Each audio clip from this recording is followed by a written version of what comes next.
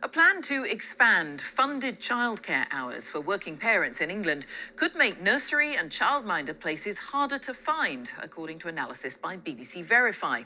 It suggests that demand following the government's announcement is likely to rise by the equivalent of 100,000 more spaces by the time the scheme fully rolls out in September 2025.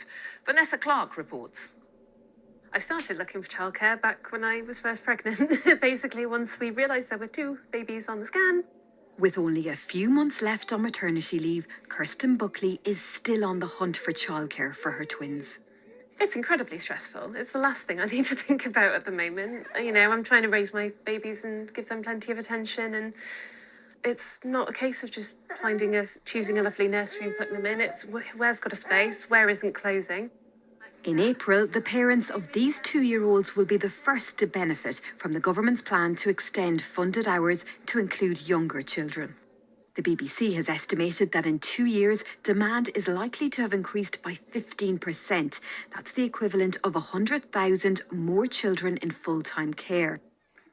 In order for the plans to work, experts say the amount the government pays providers needs to be right, and there needs to be enough space in nurseries and childminders to cope with the extra demand.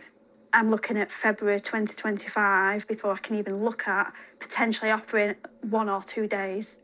But the early years sector is already struggling, with waiting lists growing, childcare workers leaving, and funding issues.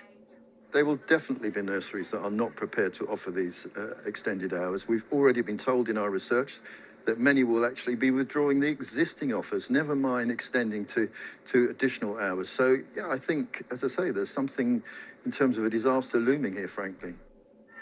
Some parts of the sector are expanding, particularly bigger chains, and are recruiting hundreds more apprentices. But councils who are in charge of distributing the funding are calling for more powers to determine where new nurseries are built. What we'll see is, because we can't control it, is areas that have too much provision, so new providers coming into areas that already have sufficient provision, and then other areas not having enough provision, and that will create a system of inequality. The government says the plan is being rolled out in stages to give childminders and nurseries time to prepare for the changes, and it is the biggest ever investment in childcare. It's a welcome promise to parents to help them get back to work, but that's if they can find a space. Vanessa Clark, BBC News, Bristol.